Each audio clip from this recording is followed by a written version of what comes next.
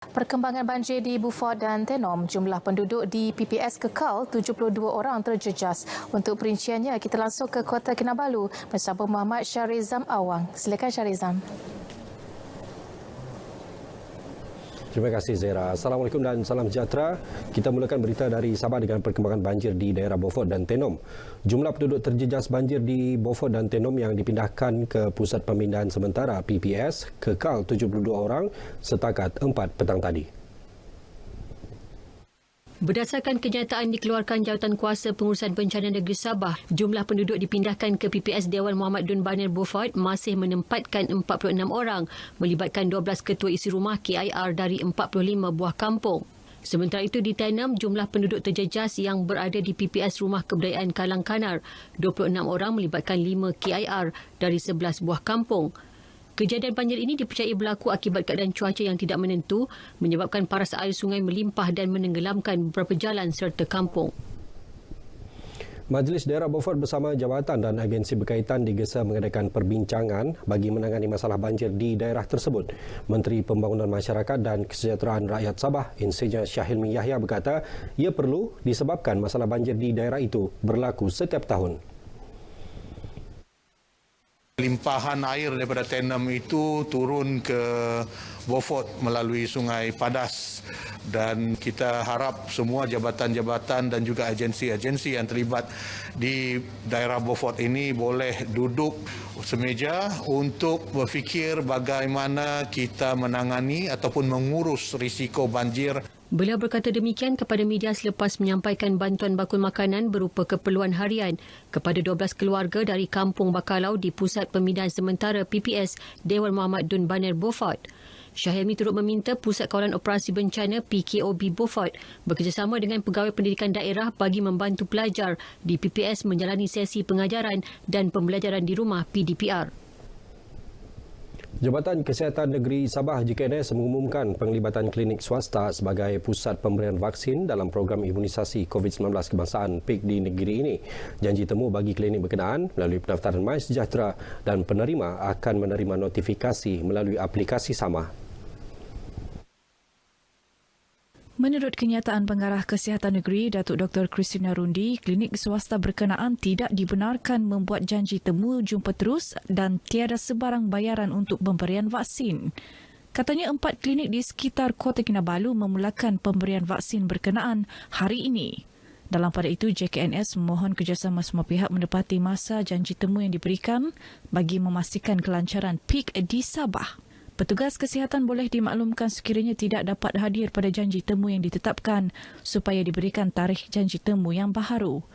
Orang ramai juga diminta tidak hadir ke pusat pemberian vaksin tanpa janji temu bagi mengelak kesesakan. Kementerian Sains, Teknologi dan Inovasi KSTI menerusi Jabatan Pembangunan Sumber Manusia JPSM Sabah mengurak langkah membantu pelajar JPSM Sabah melanjutkan pengajian di peringkat diploma. Ke arah itu, KSTI mengadakan kerjasama dengan beberapa pusat pengajian tinggi antaranya Universiti Kuala Lumpur, UniKL. Ketika ditemui pemberita RTM, Menteri Sains, Teknologi dan Inovasi Datuk Yaakob Khan berkata kolaborasi dua hala ini bertujuan memberi pendidikan kepada pelajar yang telah berjaya menamatkan latihan peringkat sijil di JPSM untuk meneruskan pengajian peringkat diploma di UniKL. Ini kerana ramai anak muda yang tercicir dari segi akademik dan memerlukan bantuan untuk mendapatkan kemahiran di peringkat lebih tinggi. Ketika ini kita telah mengantar 5-6 orang pelajar kita dan sekarang berada di UniKL dan pada pertengahan April saya ke KL sendiri meninjau di UniKL dan berpuas hati dengan prestasi anak-anak yang kita hantar belajar di situ. Tambah Datuk Yaakob, pelajar yang mempunyai sijil akademik ditambah dengan kemahiran yang ada berpeluang lebih cerah untuk mendapatkan pekerjaan.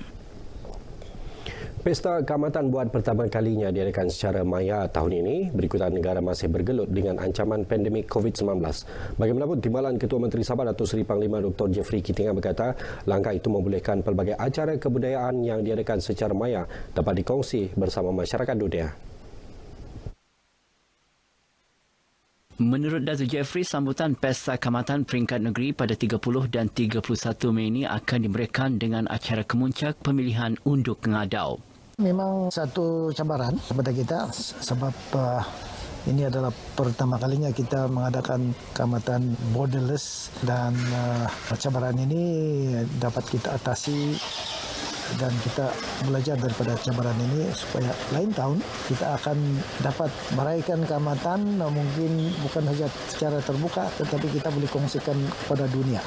Datuk Jeffrey yang juga pengerusi penganjur sambutan Pesta Kamatan Peringkat Negeri ditemui pemberita selepas menyertai program webinar Wal Bicara Kamatan di Hongkot Keesaan KDCA Penampang. Beliau optimis sambutan Pesta Kamatan Peringkat Negeri dapat diadakan semula secara terbuka dan dipertontonkan ke peringkat global secara maya apabila pandemik COVID-19 berakhir. Program webinar Wal Bicara Kamatan ini merupakan antara pengisian sambutan kamatan tahun ini.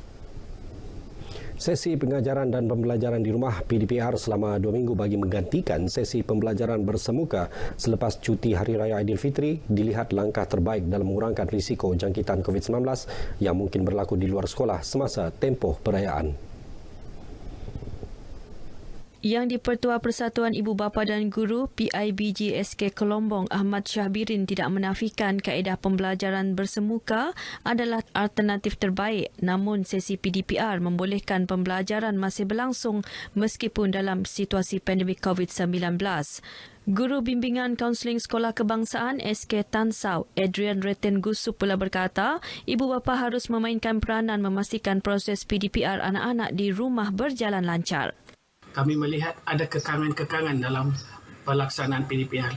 Tapi dengan pengalaman yang kita pernah lakukan dahulu, insya-Allah dia akan lebih mudah. Anak-anak juga lebih bersedia. Mudah-mudahan dia lebih mudah diterima oleh anak-anak. Begitu juga dengan para guru. Kita mohon supaya ibu bapa ini menyusun jadual mereka sepanjang PDPR. Kadang-kadang ada ibu bapa yang bekerja, jadi mereka tidak dapat membantu anak masa PDPR itu berlangsung. Sementara itu, ibu bapa menyifatkan pengalaman sebelum ini melancarkan lagi sesi PDPR. Inilah hikmah di sebalik apa yang berlaku pada waktu ini. Separuh daripada tanggungjawab guru itu diserahkan kepada ibu bapa. Dan PDPR ini salah satunya saya lihat mengeratkan hubungan antara ibu bapa dan anak. PDPR kali ini khusus bagi anak-anak saya sangat mudahlah sebab mereka sudah terbiasa dengan PDPR yang sudah lepas. Dan satu kekangan bagi anak-anak saya yaitu kemudahan seperti telepon. Mereka terpaksa berganti-gantilah sebab handphone tidak mencukupi. Sesi PDPR bermula semalam bagi sekolah kumpulan B termasuk Sabah. Selepas tempoh PDPR tersebut, cuti penggal sekolah akan bermula 29 Mei hingga 13 Jun. Sekian berita wilayah Sabah petang ini. Kembali kepada Zera Zamri di Angkasa Puri. Zera, silakan.